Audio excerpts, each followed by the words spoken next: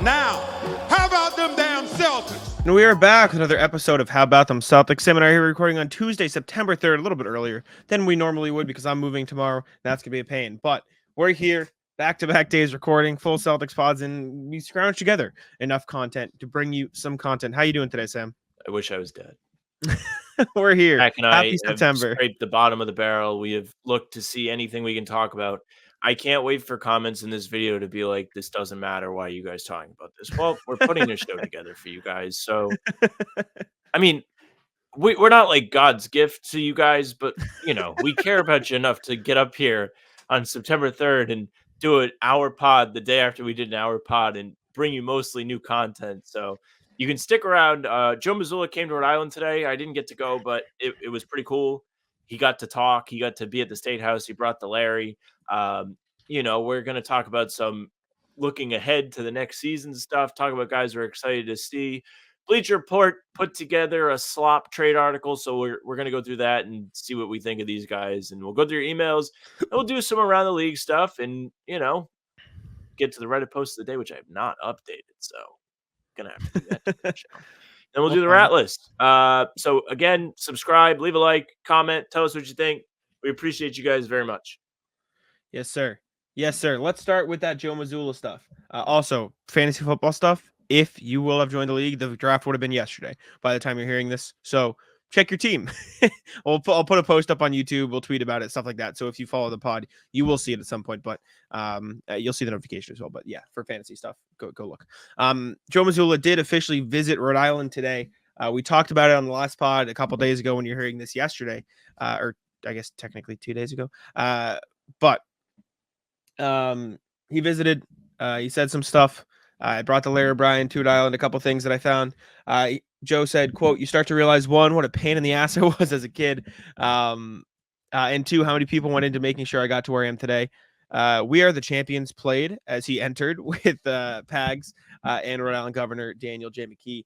And he said, to get back to the foundation of who I am and where I'm from, it's been one of the greatest gifts I've gotten. So thank you to everyone." So just very clearly, very happy to be back in Rhode Island, giving back to not only the state, but just the region as well. I mean, a couple days after winning the championship, he had the trophy and was parading around in the North End. Like he was very clearly just very happy to give back to the place he's from.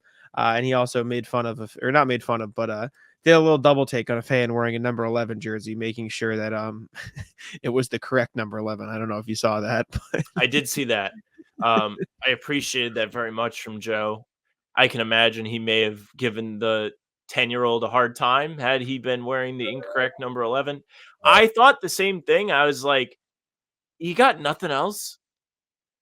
Like, it's been 5, 6 years since Kyrie left. Like, get another fucking jersey. it's probably Pritchard, though. I think he was Pritchard probably jersey. correct. It's Yeah. a Pritchard jersey. Shout out. It's been so long. Like, Had to check. quit wearing Kyrie stuff. Mm. But overall, this was like a really cool thing to see. I was bummed again. I didn't get to go. I had to be at work today, but I'm happy for Joe. I'm sure he had a great day. This was probably a really cool moment for him. The quotes are pretty funny. I know you kind of read them out loud. Joe talking about being a pain in the ass as a kid. I mean, he shared some good stories about that. He talked about I think he called it the alpha games with his dad, where his dad had to like set him straight. He was being a pain in the ass to him on a car ride home, and he literally pulled over and had him like fight him on a baseball diamond in the rain or something like that. He told them on Pardon My Take. So I'm sure, but Joe seems like a pretty holistic guy. He's pretty cool now. He's very mellowed out. Anyone that's like a 6'1" point guard who has made it a long way in basketball has to be a little bit of a pain in the ass. It's just kind of the rule. New England better love Joe Mazzulla now more than ever. Like for a long time, it was, I don't know, I don't like this guy, blah, blah, blah. Bring back Ime, bring back Brad. If you don't like Joe Mazzulla now, you never will, and I feel bad for you. That is my sentiment now. This guy rocks. He so very clearly loves Boston, loves Rhode Island, loves New England, and is willing to die to win a championship, and he did it. And you bet your ass he'll do it again. Joe's the best, man. It's a joy covering him. It's a joy watching him coach. Very pleased. It's going to be great around for a long time too. Build a legacy with the Celtics. Yes. Yes, the Celtics haven't had that since Brad. It was Brad, They then a haven't had a one-stop like a Ime. multi-title winning coach for a while. I know it's about time. It feels like Joe's ready to build. But shout out Joe. Also, before we jump into the next thing, quick, I meant to say this at the start of the pod because this is a cool story, but I got so caught up. So I was mailing. I was about to say emailing. I was physically mailing some confetti to Ben Vallis today. Shout out Ben, first the floor goat. And if you're listening to this, Jake, Wayne, Spooney, give me your addresses. I'll send you some too. I haven't been meaning to get it from you, but I was supposed to do it way earlier in the summer. I forgot, and I'm moving out tomorrow. And so I was like, okay, last day. Let me do it now, obviously. So I get up there, right? I go in, I write all the addresses, write it down. I go up to the counter, and it's like, oh, you have to put the value of how much your mailing is. I'm like, I don't really, there's no monetary value because I marked it as a gift because it's like kind of what it is. Yes. That's what they told me to do. And I was like explaining to them what it was. I'm like, oh, I cover the Celtics. It's some confetti from when they won. And he was like, oh, just put like $1, like whatever. It doesn't matter that much. $1. I know. Well, he was like, he's at first he was like $1 million. I'm like, I like laughed. I'm like, I'm not actually gonna write that. Priceless. He goes, just put something. And he goes, he looks down. I'm like, this is going out of the country. It's going to Australia. He looks down. He goes, is that one of the first to the floor guys? Oh, the wow. guy who was helping me at the counter. I was like, yeah, how do you know that? And he goes, have you been on their show? I'm like, yeah, I do. How about the Celtics? He goes, oh, yeah. I'm like, dude, what? I've lived here for like 25 years. That's so weird. And so I gave him a little confetti cut. I had some extra in the car. And shout out Billy. He's just like, he was like, is this one of them? I'm like, yeah. Well, like, what? It was just like a shock. I was like thrown out of my element, but I was shout out, man. Hey, shout out, wow, Billy. Ben, Beast. big baller recognized at right? the Easton Post Office, almost a police station. Yeah, no, he's shout out worldwide. Shout out first to the floor, man. That was super fun. I meant to tell at the start of the show, but hopefully you'll listen deep enough to hear it here. But okay, next thing we're doing, Sam and I are going to draft players that we are most excited to watch next season. Yep. Welcome to September. This will be fun, though. We can talk about some players we're pumped. We're both going to get a team captain because I'm excited for Tillman. Sam's excited for Springer. Didn't want either of us to not get those players, and I figured both of them would be our first picks. So I'm just going to say those are going to be our team captains, and we will pick 4 other players to join the team of 5 with those guys. So I'll put it on here. You can pick first just because I don't want to spin a wheel. I'll let you go ahead. I'm gonna pick Jason Tatum. All right. Let me check these out. I guess I'll like kind of highlight both picks as we go through. We can just kind of talk about whoever it is. Yeah. Of course, Springer. We saw him play at Summer League. I mean, I was high on Springer since he got here. He plays with a great energy. He plays great defense. He plays hard. He has some offensive capabilities. He's a good distributor. He's smart. He has a good pull-up game in the mid-range off the pick and roll. The three-point shot has a little ways to come along, but if it does, he can really be a serviceable player and probably come into games and make an impact. As for Tatum, and also Springer's only 21, so he's got a little bit of time to grow, even though I think he's in a contract year, so they got to figure something out with that. Tatum is, I just wrote about it for Celtics blog. It may be up by the time you're listening to this. It may not be, but it's really what Jack and I have discussed most of the summer, where it's like, this guy is going to have a whole new level he may be able to get to this season after being relieved of all the pressure that comes along with trying to win a championship with the Celtics. Not to say they're not still trying to win another championship, but they have gotten over the hump now. They have proven that they can do it. He has proven that he can be the guy on a championship team. And if you want to poke holes in it and say he didn't win the Eastern Conference Finals MVP or the Finals MVP, go ahead. But he still was the person that had to pull the strings. He was still the person that was seeing 3 defenders every time he touched the ball in the playoffs. If he is able to play a more, I don't want to say disciplined style of basketball, because I don't think that's necessarily what the problem is. Maybe patient. He can play a looser game in terms of not feeling like he's got a ton of pressure or he has like high stakes. But I think if he plays more patient, I'm looking to see play like we saw in the fourth quarter of the finals, game 5. He scored 11 points in the fourth quarter. He took 2 threes. The rest of his shots came in the paint, 5 shots. 4 of them were layups. 1 was a turnaround. The getting downhill, realizing that he's stronger than everybody angle to that, is going to make him so much more of a force on the court. Like, if you're an opposing fan and you think about Tatum, you're probably not like having fear struck into your heart. Not to say that Tatum isn't a guy that can rip a soul from a fan base. Just look at the Philly Game 6 from a few years ago where he just turned up out of nowhere and made all the threes. But if he's doing it by getting downhill, going through guys with his gigantic shoulders and getting layups, that's a whole new level of dominance that we could see. And because of that being unlocked, you're going to see it already happens, but you're going to see defenses have to commit even more to him. And the weapons around him on the perimeter are really going to be able to feast. Terrible timing for me to sneeze, but yes, I agree. Good first pick. That was probably going to be one of mine, but Tillman, obviously my team captain as I got it. I'm so excited for Xavier Tillman. Obviously, me and Jace Eisenberg have the bet him shooting at least 38% from three and at least 100 attempts next season. I think he's a genuinely good 3-point shooter. I think he'll get a lot of those opportunities, and I think he'll let them fly. I also think he's already one of the most versatile and better defenders on the Celtics, period, like in general. And he's a bench player. Like I just think he's a really, really, really good upside defender. He's only 26, right? Like he still got room to grow. He can grow with this team, and or he's 25. Sorry, he turns 26 in January. And I genuinely think he can grow with this team into the future. So I'm very excited to see what he looks like in his first full season with the team. And for similar reasons, not to mention Tillman's going to get extra minutes with Porzingis out. I'm going to go Keita. I'm going to go Keita for my second one because I think Nemish Keita is the biggest floor to ceiling gap on the Celtics next season. Like I think the gap between his floor and his ceiling is bigger than anybody else on the team. Like the worst we could possibly see from Nemish Keita is he doesn't show any improvement. He's still fouling everywhere. He's not switchable on the perimeter as well, and he's just not positioning himself correctly on either end again. Or the upside is he's worked that out. He's a legitimately elite shot blocker because he's an amazing athlete and he knows how to position himself better. He's a great lob threat. He's not, fouling on screens. He's learned to screen because I think he's one of the better screeners on the team if he's not fouling. And he becomes like, I don't want to say Robert Williams because I think he's a little bit bigger. I don't think he's nearly as athletic or a good defender. But if he can be your athletic center, you can start to replace some of those Kornet minutes as Kornet gets older, and you'll have another guy who can grow with the team. So I'm excited to see where he's at in his development because I think the idea of Nemish Keita is really, really, really intriguing with this roster. So I'm hoping he can make some strides. I mean, we've seen Nemi put in work. He was someone last year when he signed with the Celtics. A lot of Kings fans came over and told us we should be excited. We've seen him working on a jump shot. Whether or not we're actually going to see that get unleashed is something to keep your eyes on. Maybe in the preseason, you're going to get a look at it. For my next pick, I think I really like him. Torn. I'm gonna say Anton Watson. If we get a chance to see him, it's gonna be very exciting for nerds like us to be like, what do they have in him?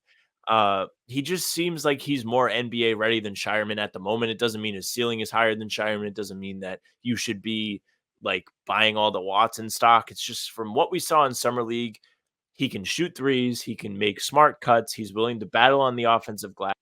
He's a solid defender on all levels. He can defend inside. He can stay with guys on the perimeter. He was tasked with having to guard Jaime Jaquez in the Summer League opener. Like, there is a good amount to be excited with Watson. There's a reason why the Celtics elected to pick him at 54 when they really could have traded away from the pick. Elected to use that roster spot on a free agent. Elected to not spend the money on signing somebody else. But they went with him because they clearly believe in him at Gonzaga. The team he was on was just successful for 5 years. He played deep into the tournament several times. And I believe everybody that's spoken about him since he's been drafted has just spoken about his poise and his commitment to winning. So for me, that's just one of the top guys. I mean, I'm sure we'll get to Shireman. If you're going to pick Shireman next, you pick Shireman next. But he's exciting too. Watson was such an exciting revelation in Summer League. I think the hype is still there for me. Yeah, no, that's fair. I'm not going to go Shireman next. I'm actually going to go Derek White next. Yeah. I feel like Derek White, on top of just the fact that I'm excited to watch him play basketball, because he might be one of my favorite players to watch in the NBA period. I just like watching him play. I feel like nobody's talking about the next level for Derek White because everyone's just seeing him take this huge jump this year. Like he improved in every statistical category. I think there is room for him to take another jump next year because you got to consider Kristaps Porzingis is going to be out. And while that doesn't immediately translate to, Derek White's going to play center. So you usually think of this guy's out, centers are going to get up, but those shots are going to have to go somewhere. And Tillman and Keita aren't going to split 20 shots a game, right? They're not each going to take 10 shots. That's just not how it's going to work. And so you're going to funnel some down to Tatum, to Brown, to Derek White. And so if we see Derek White get some more opportunities, I think we're going to see him get a lot of individual shot creation, a lot more pick and roll. And it's going to be a lot more on-ball stuff for Derek White, which I'm very excited about, especially when you consider the fact that he is going, like, there's going to be a point in time where Derek White is the guard and Drew Holiday's not here, right? Whether that's 4 years down the line, whether it's 3 years if Drew Holiday retires, like there's probably going to be a period of Derek White in Boston with no Drew Holiday. And as Drew Holiday ages, he's going to probably take less and less of a role on the ball, and you're going to need Derek White to take more and more of a role on the ball. So I'm very excited to see what the next year of Derek White, building on this fringe all-star campaign, looks like. Not only as a defender, not only as a three-point shooter, but as a shot creator, because I think they should encourage Derek White to do more with the ball. So I still think there's another level for him to get to, and I want to see what it looks like. I mean, we've seen flashes of that. He's had massive games. He had the 38-point bomb against Miami in the opening round of the playoffs. He showed that he could create from beyond the arc. He's somebody who can get downhill and finish at the rim. Obviously, he brings it on defense. He has good vision. We've known that ever since he joined the team at the 2022 deadline. Derek White is certainly someone to be excited about, especially because they just extended him. He's going to be part of the future down the line. Yeah, I think it's a very valid pick. I'm going to go with Jalen myself. Speaking of extensions, last summer, he got all the shit about the massive contract extension, wins both the playoff MVP awards, the Eastern Conference Finals, and the Finals MVP. And now he's coming off a summer. I know somebody in the comments of the last pod was pissed about this, of being disrespected and being cut from Team USA, or not cut, but just not invited to Team USA, all of the Nike stuff. He posted the thing about being out for blood. Jalen is somebody who has consistently come back offseason after offseason and has brought some sort of new angle, new facet to his game where you're like, holy shit, this guy's better. We've seen all of the footage, all the pictures of him working on the pool. There was a picture of him jumping out of the water to dunk. He is committed to continuing to be the best player he can be for the Celtics, to earn the paycheck, to deliver, to try and win championships. He has a competitive fire about him. I think we saw a really important flash from Jalen, not only in the playoffs, having big performances, being the guy to get a big bucket at important times of the game is important as well. But in that March stretch of the season, when he just decided he was stronger than everybody, the game in Denver where he just had, I think he had 39 points. He was just going through guys' chests in the paint. He was a man possessed. He was someone no one could stop. If he's able to flip a switch and do that this season at times, watch out. I'm just so excited for Jalen and Jason, really, now that you can even take the same avenue and be like, he has some of that pressure too. What's it going to do? Yeah. No, that's a good pick. I was between him and Derek White, but my Derek White propagandist Twitter tag and fandom took over, and I had to go with my guy. I'm stuck on this next one because I think there's a few guys on the bench who deserve it, who I'm equally as excited to watch. I'm between two. I don't know which one I want to go for. I am going to go. I'm going to go with Peyton Pritchard.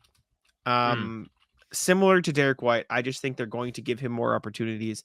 And in the world where Drew Holiday eventually retires, you're going to see a lot more Peyton Pritchard. I think he should be a guy who's averaging 10 to 12 points a game. He almost cracked that mark with 9 point something this year, but I think he could take more shots. I think he could handle the ball a bit more. I think he should play more in general. I think his minutes could end up going up this year, especially with Kristaps Porzingis out and Drew Holiday maybe taking a few games off. These guys coming off Team USA, same thing with Derek White. Like, he played 22 minutes a game last year. Think you could see that number bumped up. I think he's worthy of having that number bumped up. Like, Peyton Pritchard attempted 7.7 shots last year, 4.7 threes. Don't be surprised to see those numbers take another jump this year, especially with how fast the Celtics play on offense. I like Peyton Pritchard a lot. I think he has very high upside, and I don't think it's being completely taken advantage of by the Celtics through no fault of their own. They just have that much talent on the team, but I'm excited to see if they can give him a larger role heading into next year. So I'll go with him. Got to pick Sharman. Got to pick him. He's the rookie. Fair. Yeah. First round pick, number 30. People at the time of the draft were very excited for this pick. They thought the Celtics got a steal.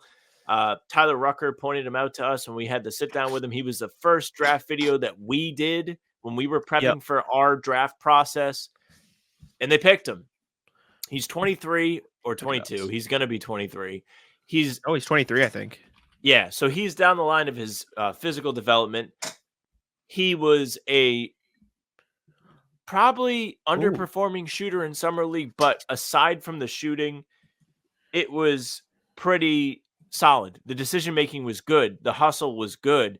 He was diving into the stands for loose balls. He hit the glass pretty solid. Like, there are things he has in his game that go and build off of the shooting. Everybody wants to compare him to Hauser, including me, because I'm a dumbass, but also because he's just a white guy that is supposed to be able to shoot the ball. You have pointed out several times that he has more facets to his game than that, and should have a different comparison. So I don't know if he's going to be completely ready just yet. The defense has some left to be desired, but if he's playing in Maine, it's still going to be an exciting storyline. And if he does get time throughout the season, it's going to be appointment viewing, because it's going to be like, what is he going to do? The Garden crowd is very good about getting these rookies, getting behind them early. I mean, Jordan Walsh, when he was in games last year, people were really getting antsy for him to score. And when he did, they were very excited. So I'd imagine debut in a home game where he can really have that just positive vibes environment behind him, rooting for him to succeed. Yeah, I agree. I feel like I should pick some guys here, but I'm gonna take the guy I was gonna go with last round that I was debating between. I'll pick Sam Hauser. Similar to the last few, I just think there's room for him to grow. Like, I think he can do more stuff on the court. I don't necessarily, he's not obviously going to be the ball handler that Derek White or Peyton Pritchard is going to be, but I think he can put it on the floor a little bit more. I think some of those floaters we could see come out. And I think he can, as crazy sounds, I think he can move more off the ball. I think they can run more stuff for Sam Hauser. I think they can find different ways to find him. And purely from the excited to watch perspective, when Sam Hauser has it going from three, there are a few things I enjoy watching more than when he is red hot. And so I can't wait to watch that happen again. Also, for what it's worth, Shireman and Watson turned 24 before the season starts. So they are both older than I thought. But not that it matters, but old as dirt. Yeah. Shireman later this month and on the 26th of September, and Anton Watson October 6th. So both before the season. All right. Let us know who you would have drafted. Let us know what you think of our kind of drafts, or just picking players and going back and forth. Sorry, Drew, Al, Porzingis, Jordan Walsh, Drew Cornette, Peterson, Cornette, JD Davison, and whoever we inevitably forgot on that list. Lonnie Walker, yes. All right. Bleacher Report put out a list of 3 potential trade targets the Celtics could trade for. And I'm going to start all of this before we even look at them. Celtics probably aren't going to make any trades before the start of the season for sure. And they might not even make anybody by the deadline, right? Don't expect any preseason trades. Don't expect any early season trades. And hell, maybe don't expect any trades at the deadline. And if they do, they might not be older players, because as we saw last year, they were looking at guys who they could grow with instead of vets. But Bleacher Report's list: 1, Malik Beasley, Pistons; 2, Damian Lee, Suns; 3, Torrey Craig, Bulls. Malik Beasley signed with the Pistons this summer on a $6 million contract, so the Celtics could potentially make that work, even though that might be a little bit difficult. Damian Lee and Torrey Craig both on, or Damian Lee's on a minimum. Torrey Craig makes 2.8, which I don't know if that's a minimum for him. But those are the 3 guys. Torrey Craig's a name we've heard a million times. Malik Beasley's the only one to me that's a little bit intriguing, because I do like his shooting. But I don't think any of them are going to happen. I don't know about you. So in fairness to Bleacher Report, they did 3 trades for every single team. Jack's they put themselves in a bind. Yeah. And if you're listening to this, you guys are probably like, these guys are no fun.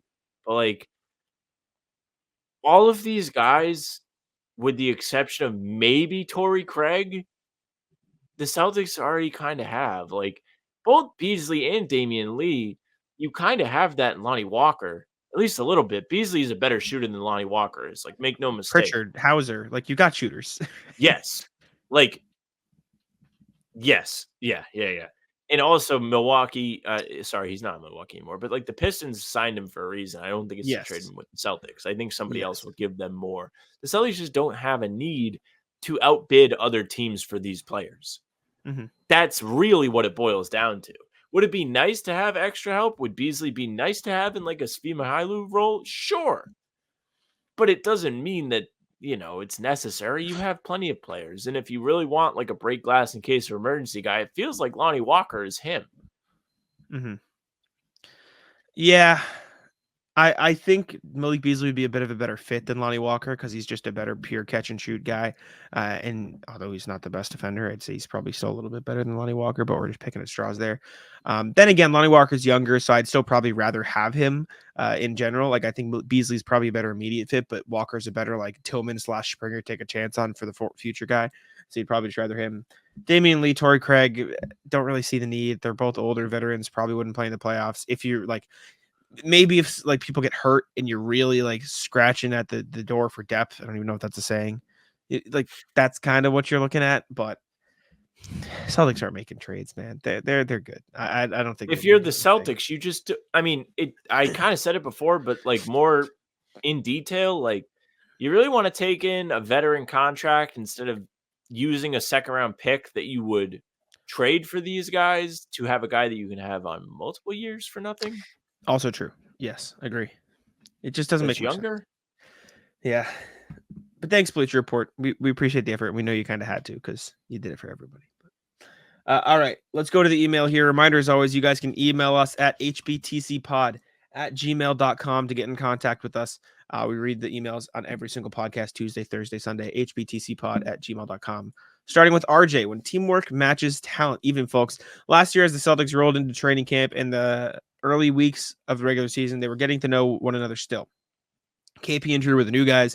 Pritchard, Hauser, and Cornette were being empowered by Coach Mazzulla to play meaningful minutes alongside the starters, so everyone needed to build up trust and awareness of each other's games. That Boston got off to such a hot start was a testimony to the quality of their individual talent. This year, the top 8 guys, 9 when KP returns, know each other and start the season elevating their trust game to the level of their talent, which means Boston should come flying out of the gate, even while Porzingis heals up, and Tillman, Kata, Springer, and Walsh all begin this year sort of where last year's Bus One boys were. It may not be that we see an elevation in individual skills, but that the beautiful game that Mazzulla loves becomes more reflexive for everyone on the floor. As much fun as last year's squad was, I think this year's team could be spectacular. We'll see starting week in 3 weeks. Be well in the meantime, RJ. Yeah, I'm excited. I think the trust is going to be there. And I didn't really think about it from that perspective, but this is the first year in a long time. It feels like the Celtics have had like the exact same core in town year over year. Yeah. I think having, Tillman, Springer, we just did a draft about excitement, but getting these guys some more reps in real time is going to be interesting to watch, especially in a system that everybody's kind of comfortable playing in. All of these guys are back at the facility early, warming up, getting ready, getting tuned up before the preseason. Like preseason is going to be a ton of fun just for like gauging the excitement, seeing who's got it, who doesn't have it, who has room left to grow, who do we think is ready. There's going to be so much fun angles for us to explore. I'm excited. Yes. 100%.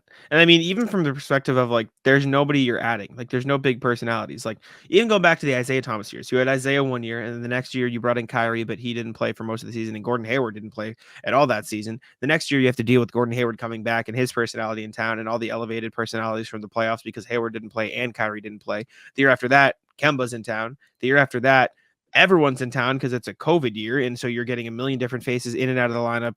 You've got Jabari Parker playing playoff minutes. You've got Evan Fournier playing.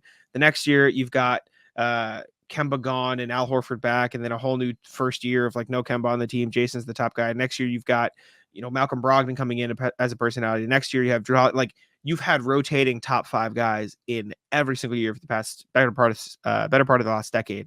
And now you don't. And now you won a championship and you can kind of breathe and be like, okay, we know what we have. We know how to play. Let's just do it. So thank you, RJ. Next one from Joe. Expansion ideas. Hey, fellas, wanted to see Lonnie Walker play in camp in preseason. Dear God, let this season start. I'm genuinely excited for the 15th man tryout. Now that I'm back from Canada, I would love to see Montreal itself have an expansion team. The city is massive, 1.8 million people. Legal weed and the infrastructure is there, although I think having majority French-speaking city would be jarring for some players, but they do speak English in the city. And I think the nightlife and food scenes are on par, or at least almost at the level of every major American city. The Bell Center, where the Canadians, bums, play has had some Raptors preseason games before, so it would make sense. Although I do agree with Jack that Vancouver and Mexico City should be next up after Seattle and Vegas. I think Montreal would be a serious dark horse candidate. Slander, the MBTA. Yeah. After seeing Montreal's subway system, especially downtown, I am Nice. absolutely radicalized in wanting the T to be brutally ripped out of the ground and replaced with a proper electric and modern, entirely underground rail. As Jack will soon find out, Alston, Brighton, Brookline has a billion T stops on the Green Line, B or C parallel to oncoming traffic that goes 2 miles an hour and stops every 5 feet. I've been there; it's bad. Instead, it would be useful to have an entirely underground system with faster trains and fewer stops that we can actually get to downtown Boston in anything less than an hour and get people actually walking. For example, in Montreal, I was able to go 5 miles, think Cleveland Circle to North Station, in like 20 minutes and 7 stops through the most concentrated parts of downtown versus Boston, 50 minutes and 20 plus stops over the same distance. The MBTA is wildly inefficient and squeaks like cracked out Fortnite kid. And shame on us for not prioritizing it. Would help the city so much and make expansion more viable. Anyways, let's go Celtics. Joe. Thank you, Joe. Yeah, Montreal has a nice train system. I was there in February, and just very clean, easy to use. The trains are very fast. He's right. And listen, I'm not taking the T. We don't have any. I would kill to have a T here in Rhode Island. It would be pretty cool to have a subway. But if you've been to Providence, it's like a movie set, and there's like 3 people walking around. So there's really no demand for it. Even though I will say, with this bridge thing, give us a train, we'd be all set. Yeah. Yeah, I actually watched a video on that like a few months ago. Like it's The because bridge? no, on the T. Sorry. It's because Boston was like the first one with like a railroad system like that, like a train system, and they just haven't updated it since. Like they're In the fairness first to them, one. it'd be pretty Only tough. one. I know it would be a pain in the ass. It's really bad. They also have like more accidents than any other city, like by a lot, by a wide margin. But anyways, thanks, Joe. I agree.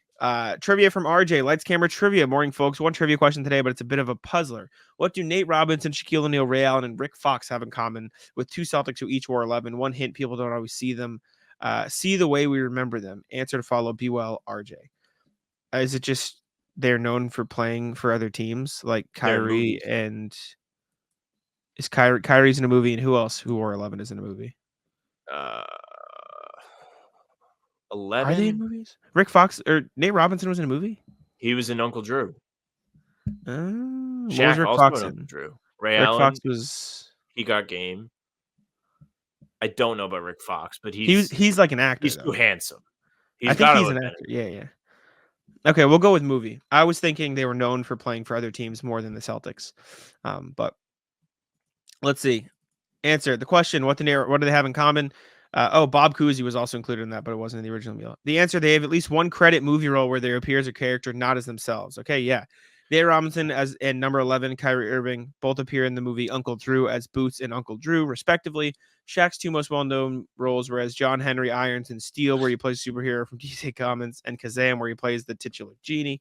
Ray Allen played the memorable named Jesus Shuttleworth in Spike Lee's He Got Game. Rick Fox had a prolific acting career, mostly in TV, but he has made a few films, including Blue Chips alongside Shaq, and he also appeared in He Got Game with Ray Allen. The second number 11 is much well known for his acting in this ball. Born Kevin Joseph Aloysius Connors played in 53 games for the 47 and 48 Celtics as a 6'5" forward center before heading off to Hollywood, where he changed his name to Chuck Connors and appears in Disney's classic Old Yeller before gaining his fame on TV's first Cowboy stars in The Rifleman. Be well, RJ. I didn't know that. That's interesting.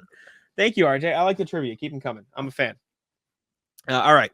NBA section time. Let's get cooking, starting with ESPN has named some potential JJ Redick replacement options for the A crew with Mike Breen and Doris Burke.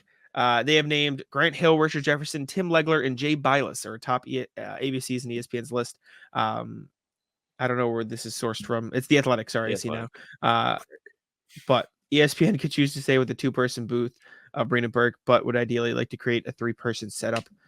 Who would you choose if you had to choose from that list of Grant Hill, Richard Jefferson, Tim Legler, Jay Bilas? Why don't I say it?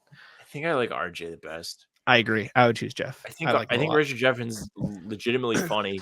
Yep. I think he is respectable enough in terms of playing career. Jay Bilas would be a really weird choice for this, I think.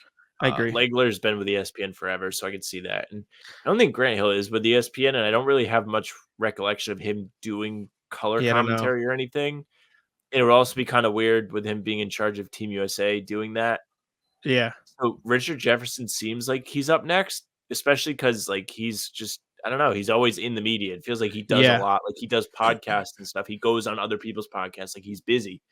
So I could see him doing the best. I think he has a good personality for color. I think he would fit in well because I think a lot of people complained about Doris and JJ together because they're both more like intellectuals, especially JJ. People would like say he talks like a prick or whatever. But Richard Jefferson can kind of like be funny. Like the reason why Breen, Van Gundy, and Mark Jackson work so well together is because both Van Gundy and Mark Jackson were kind of like off their rockers a little bit, little crazy, little out there. Van Gundy, madman, will just say anything. Mark Jackson, he'll say his piece too. But Richard Jefferson's the winner for me. I agree. I think Legler would be my second choice just because he's really smart. Like he knows basketball, and I think he'd learn a lot from listening to that. But if you want entertainment, and I mean RJ knows ball obviously too, but I think he's the obvious choice. Next thing, according to Windy Sam, Julius Randle's got a lot of trade value. This is from the Hoop Collective. Windy reported, Brian Windhorst, that Randle's reasonable salary makes him a movable piece that the team still has other assets to make another splashy transaction. He said, quote, because of that $29 million salary, he is extraordinarily tradable. The Knicks do have a couple of first round picks that they can move. So it sounds like this is, if they wanted to trade him, he would have value around the league. I do think it's gotten to the point where Julius Randle is underrated at this point. I think there's been so much slander that people are only looking at his admittedly bad shot selection as a real problem when he does bring a lot of other stuff to the team. And if you can get him in a role where he doesn't have to be the primary guy and you can get him taking maybe 15, 16 shots a game instead of 23 when 5 of them are probably not great. I think he can be a real good player. He's a good defender. He's a great rebounder for his position. He's a very underrated playmaker, especially out of the post. And so I think there'd be a lot of teams that would be eager to have him, especially on a contract like that. Like we're talking, like maybe you don't want to put him in the all-star category, but 30 million is like the Derek Whites to DeJounte Murray's of the world. I think he fits in nicely with that group. Yeah, but like he's Tyler Hero now. He has fallen into that. Like the team has had success without him. People see him as found money. When you think of the Knicks at this point, you don't even think of him. You think of the rest of those guys. Do you think that makes him feel good internally? Seriously. Like, do you think like that Knicks team that people loved, the Knicks fans loved this Knicks team. Nobody thinks of him. They think of the Villanova guys. They literally brought in Bridges. One is a fit, but two, it feels like almost as like a stunt to be like, hey, we have all of these guys. This is our identity. Like Randle's not really involved in that. But Randle will improve the team. Objectively, Randle coming back will make the team better. If Randle was healthy last year, they smacked the Pacers. I believe that wholeheartedly. Like he's an all-star caliber player, regardless of whether or not you believe it. He's made 2 all-star teams. He puts up 20, 10, and 5 on a whim. Like he's an objectively good basketball player. The pressure of him being on the court alone, like just the bodies that will get sent his way, is enough to make the team better. I think you roll out a starting lineup of Jalen Brunson, Dante DiVincenzo, Mikal Bridges, Julius Randle, and pick center here or OG instead of Dante or whatever. Like you have so much flexibility in there. But he's going to start. Like he's going to be a starter in whatever version you want to put out there. You can play him at center if you want it. Strike Dante DiVincenzo. It's probably going to be Brunson, Mikal Bridges, Anunoby, Randle, Mitchell Robinson. And then you have Josh Hart and Dante DiVincenzo coming off the bench. You got a really good basketball team. And I think there are a lot of teams around the league where he could be better utilized because that's a lot of bodies and a lot of minutes for a lot of wings. And maybe they could use a better center, like an upgrade at the center spot. And so maybe you search for that. But I think he undeniably has value. And I think the discourse around the Knicks and him as a player in general has gone a bit too far because I do think he's a good basketball player who had a really, really, really bad start to last year, but really turned it around. But no one, I guess, acknowledged that as much as his objectively horrific start. But sure. I think you said it best. He's better suited somewhere else, I think. Yeah, I agree. But I think that's why he has value because he's on a good contract. And if the Knicks are smart, they'll trade him for a center. I agree. Robinson is a great player, but he's always injured. Consistently injured. Yes, I agree with you, but I don't think that makes Julius Randle a bad player. I think they just need other stuff more, and he's gotten less useful to this specific team. Not that he is a bad player. The problem is I don't know where, because I don't know, not even as much of Julius Randle's not a fit, but like what team is selling a center right now? Like what team is selling a upgrade over Mitchell Robinson center that's good enough? You know what I'm saying? Like there's just not much of that around the league right now. There's Like not. is Vucevic your answer? No. Because I wouldn't like that very much. Like Celtics, no. Brook Lopez isn't getting traded, no. Maybe if the Cavs say, hey, we need to break up this front court. Like I like Julius That's Randle the and Evan one that Mobley. I thought of. I like Mobley and Randle better than Mobley and Allen as a fit, because I think Randle, for as bad as not great as a shooter as he is, he's a better shooter than a non-shooter, right? And so I like that fit a little better. That way you can run Mobley at the 5. And honestly, I think that makes both teams better. I think trading Jared Allen for Julius Randle in a first-round pick, or Julius Randle and whatever, makes both teams better, because then you can run Darius Garland, Donovan Mitchell, Max Strus, Julius Randle, Evan Mobley. You get a bit more versatile on defense. You get points coming from more places rather than just 2 guards, right? You can score in the post, work out of there a little bit better. And then if you're the Knicks, you're just kind of get a better Isaiah Hartenstein in town with Jared Allen. So they need that. Maybe that's the trade. Maybe they're going to miss Hartenstein. Yeah, I agree. I don't know. I'm skeptical of the Randle fit with the group. I understand the upside to it. I do. Yeah. But I don't know. I'm curious to see what happens if he's not getting the ball very often. The way I'm thinking about it is he's either going to be the second or the secondary or tertiary ball handler behind Brunson and Mikal Bridges on the given night. And I think that's a good spot for him. Is he okay with that? Yeah. I mean, I don't see why not. Like, I feel like Randle didn't even get the chance to show that he is okay with that, because he was hurt for like the second half of the season when Brunson really took over. So this is all speculation. I think he'll be fine with it. I think he'll want to win more than anything. I think people are just people need to give Julius Randle a chance. I've become a Randle defender. I become concerned with that angle to it, him becoming a scapegoat guy, because, well, they tore his poster down.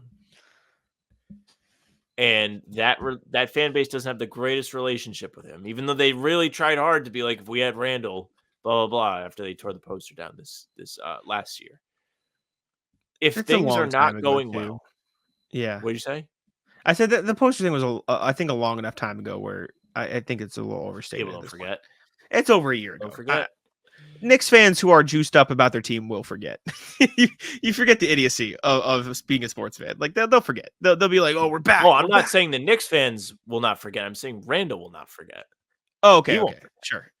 So there's the angle of, but also like I think it does make him more susceptible to become a scapegoat. That's why I brought that up. Okay.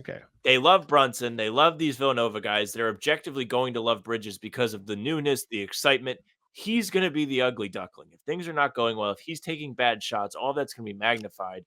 The criticism is going to be probably louder than it's ever been because this team has real expectations now. That's where my concern comes for him, coming back into the fold where he's kind of been on the outside looking in, even though not to say that it won't work, but I think there's a lot more that could go wrong than is being discussed, which is why this trade talk is happening. Mm-hmm. Stuff can definitely go wrong. He might not handle the role well. If his shot's off, it's not going to be as good of a fit. There's plenty of stuff that could go wrong. I just think it'll work out better than people are expecting. And I think 2 things can be true. I think he'll be fine on the Knicks, and I think it'll work out. I also think trading him for a center would probably be better for both Randle and the Knicks. So I think multiple things can be true from that perspective. So curious to see what happens when that plays out. But next thing, random thing. Jimmy Butler likes the Nets. I don't know why. I don't know where this is coming from. Well, I know where it's coming from, but it's from Brian Lewis of the New York Post. Butler, quote, likes the Brooklyn Nets and is inclined to test the market unless he can get a max year from the Heat beforehand. Butler and the Heat have been at odds about his contract, blah, blah, blah. Heat president Pat Riley told reporters in May, said, we have to look at making that kind of commitment when we do it, but we don't have to do it until 2025, actually, but we'll see. We haven't made a decision on it. We haven't really in earnest discussed it. If you're picking a team to hold his leverage over the Heat, that is the last team that would have come to mind for me. The Nets? Yeah, it was like, he likes the Nets. First person ever. I mean, I guess like when he went to Miami, they weren't really doing too much. And so he kind of built that around him. And maybe if you're looking at it from maybe they get Cooper Flag, and you build around Cooper Flag in a couple years of Jimmy to get him to test the waters, and it just doesn't make any sense. I'm trying to make sense of it. It's very weird, very random. I don't get it. I'm on the same boat as you. It's just a leverage thing. There's this weird beef brewing between Jimmy and Pat Riley. Pat Riley basically told him to shut the fuck up if he's not playing in the playoffs, and he was doing the sideline interview against the Celtics and was like, "Why is everybody talking about the Celtics?"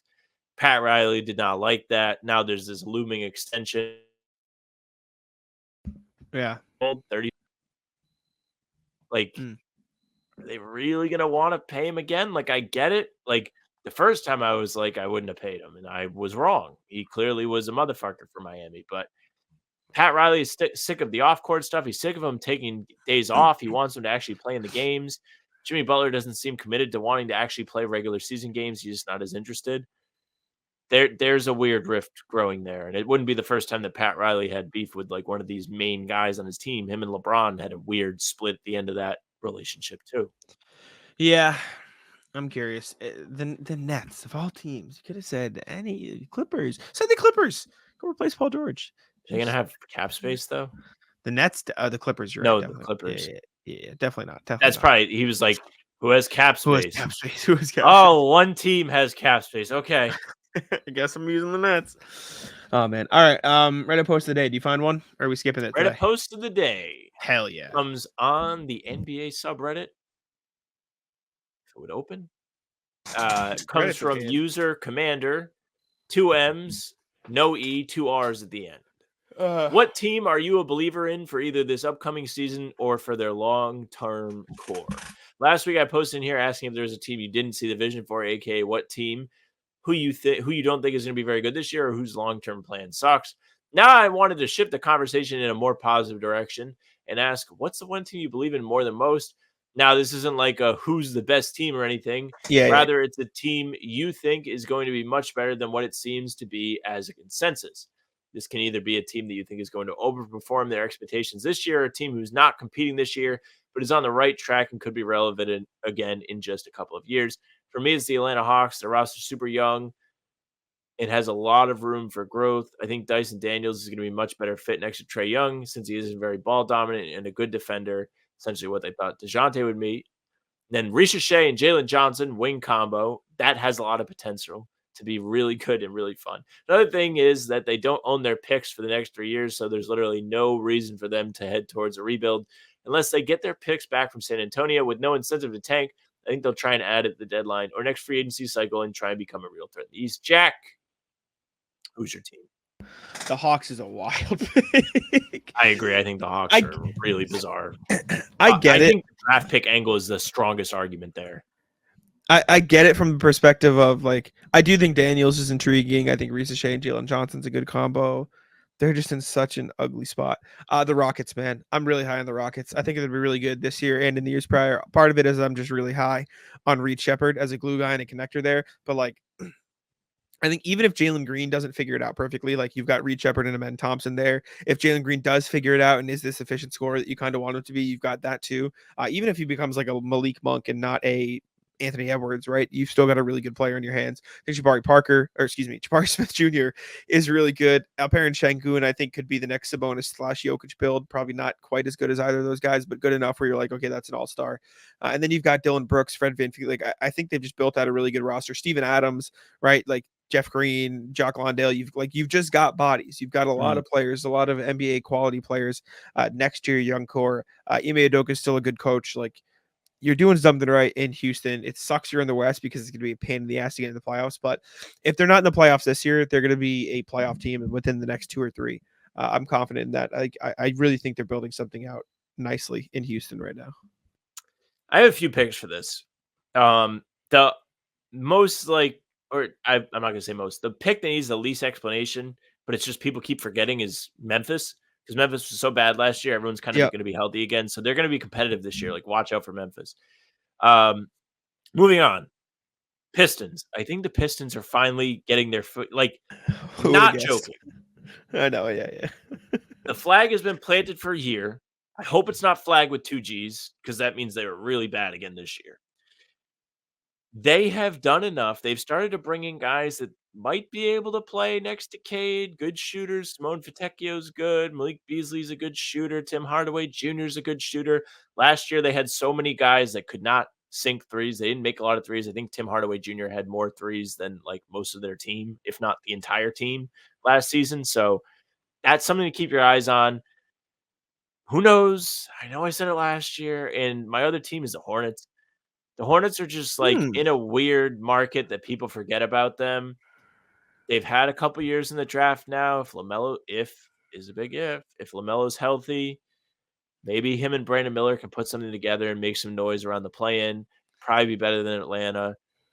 They may be the best team, second best team in the division, because Miami's still there, and we always tend to underrate Miami just because they don't have. Oh, Orlando! I completely forgot about Orlando. I was thinking, wait, there's one I'm missing too. Yeah. I know what you mean. Like seriously, like they do have enough time under their belt that they should be trending upwards now. Good team. Yeah. Good players. They've got decent players. Grant Williams is believe it or not, solid role player. I know we like to make fun of him, but it's not bad. I'll never make fun of my boy. No, I like the Hornets too. They got a good coach now. Obviously, Charles Lee. They got some good guys down there. Jermaine Buckner, Blaine Miller, two Celtics guys. Celtics Southeast. Yes. Kemba. Shout out Kemba. All right. I'll run through some here. Someone said Hornets, Orlando, which is an obvious one. Portland has a lot of talent. All it takes is a few pieces to click everything together and a bit of time for the young core to develop. Eventually, they'll be good. I don't know if it's just yet. I feel like Spurs was an obvious pick, so I think we both strayed away from that. OKC has a bright future. Thanks, buddy. Yeah, but I think we had some good picks here. Dude, OKC is like saying, I think those Celtics could be pretty good next year. I don't know. Said it as a troll, but I didn't. Yeah. All right. Rat list. What do you got for me? Rat list, the FSU guy. You knew this was coming. Are you familiar with this? I don't think so. You're not really.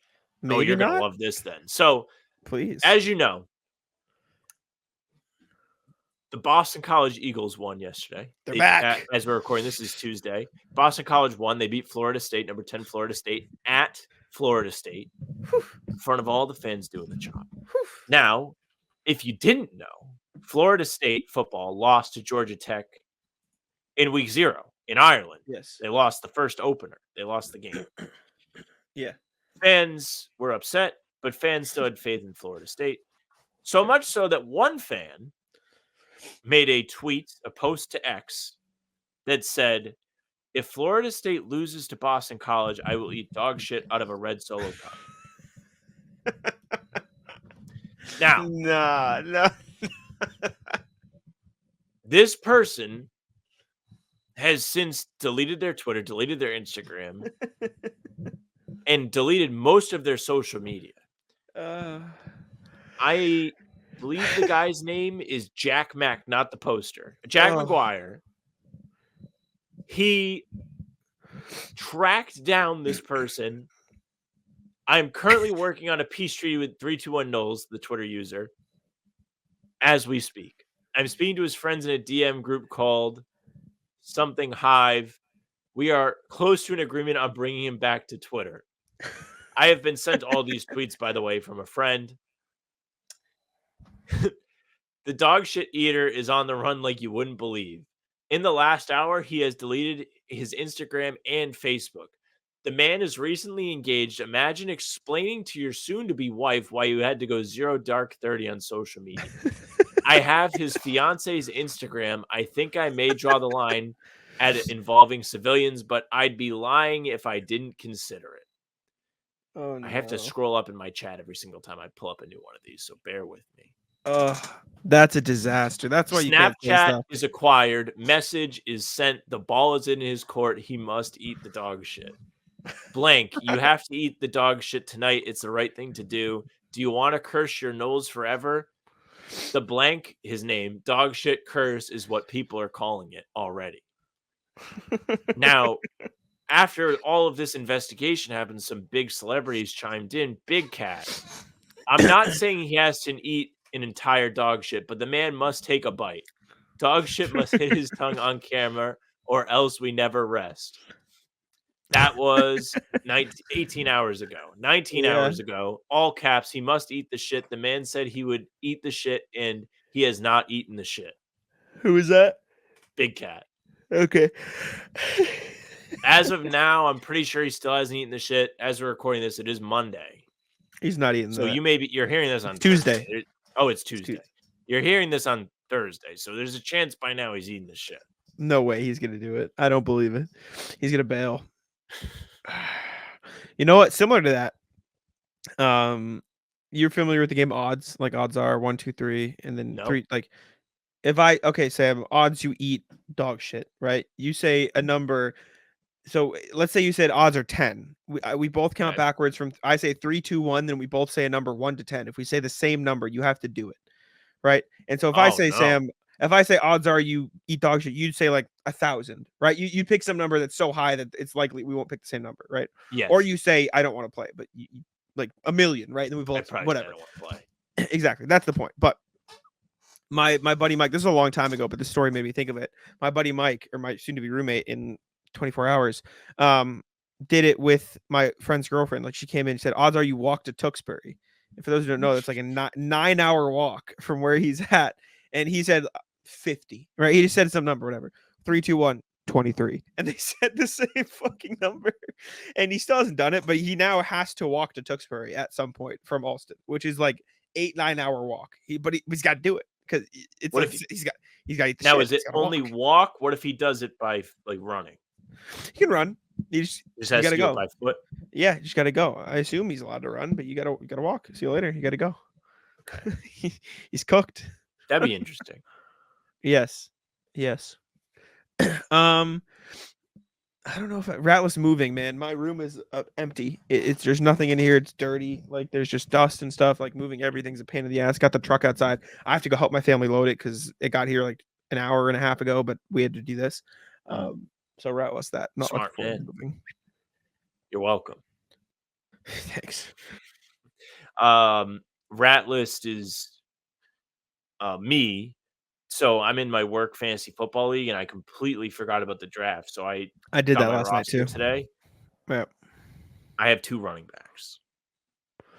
Dude, that happened to me too. But I luckily logged in time to set a thing. Like I got there like 8 rounds deep, and I took like my first 3 picks, and then 6 picks went by. They picked 5 straight wide receivers. Yeah.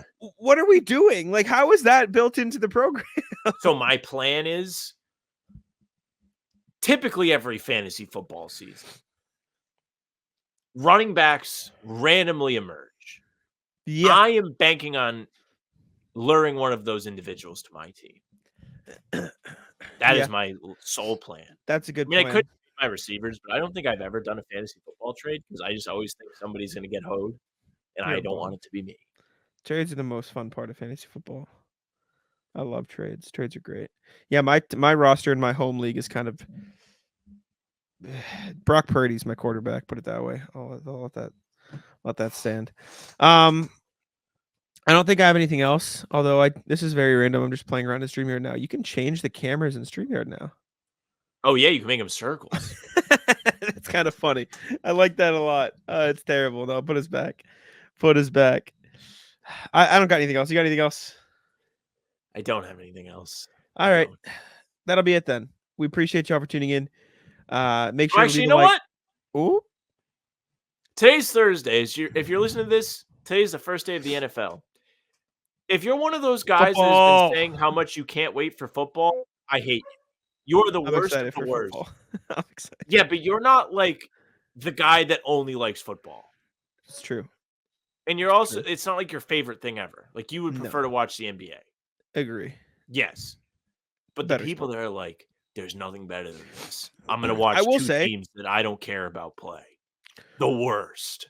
Watching college football last night made me remember just how much of a pain in the ass it is to watch football. Because I'm sitting there, commercial. But I'm also watching 3 or 4 games at a time. Exactly. Because you have to. Football players, they stand around more than anybody. A lot of standing around on the football game. A lot of standing around. If you look up how much time they actually play in a football game, it's like 11 minutes out of like 3 hours. Like active in ball in play, 11 minutes. Yeah. People will tell you this is the greatest thing ever. I like football as much as the next The guy, worst. Oh, man. All right. Oh, I can't wait. Football's back. Shut the fuck up. All right. Perfect way to end it. Appreciate y'all for tuning in. Make sure to leave a like. Subscribe to How About Them Celtics, and I'll let Sam take it out. Hey, thank you very much for listening and watching. Make sure you subscribe to the channel. Leave a like, comment. Tell me to go fuck myself if you like football. And subscribe. Hit the bell. You don't want to miss any of our daily uploads. New stuff coming every morning. Full pods Tuesday, Thursday, Sunday. Game recaps the morning after each game when the season's finally back. And then other videos to keep you busy in between. We got you covered. You can find us on Spotify and Apple too if you don't want to see our faces. We don't really understand, but we respect it. You can find all of our pods and recaps there, audio only. If you follow, they go right into your feed. So definitely leave a 5-star review. We'd appreciate that. You can email us, hbtcpod@gmail.com. Tell me to go fuck myself. You like football. It is what it is. Tell us what you think of the Celtics. We're going to go through. We're going to read your emails on the show, hbtcpod@gmail.com. Love to hear from you. You can find our socials at How About Them Steez, Twitter, Instagram, TikTok. Facebook's the name of the pod. Streams are there. They're on YouTube. They're on Twitter. Jack's Twitter's Jack's Money NBA. Mine's at Sam LaFrance. If you want me to go fuck myself, tweet at me. That's it for us. Bye.